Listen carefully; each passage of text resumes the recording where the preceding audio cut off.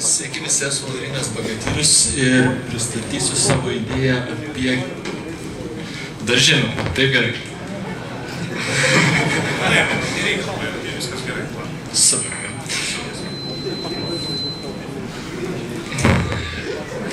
Taip, svetainė yra skirta visiems keliautojams, bet iš tikrųjų pavadinimas, kuris atėjo į galvą, buvo Kojotas, klajūnas maždaug, kas yra susijęs su kelionėm ir skaidrė galima. Taigi, pagrindinė idėja yra ta, kad svetainė jūs gali suorganizuoti savo visą kelionę per vieną dieną nuo bilietų, nuo tų pačių traukinių bilietų ar skrydžių iki visos informacijos, ko jums prireiks kelionėje.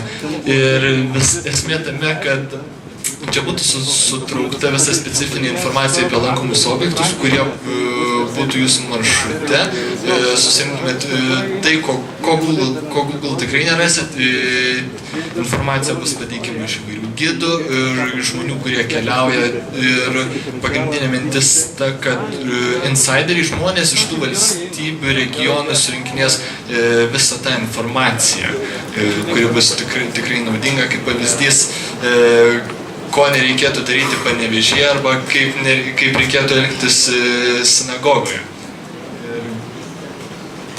Taigi, šiaip, kadangi tai yra Facebooko kaip ir naudojamas tas tikslinė auditorija marketingui, tai irgi tai būtų, kad tiesiog žmogus sudarinė savo maršrutą, jam pasiūlome pačius jam priimtiniausius variantus.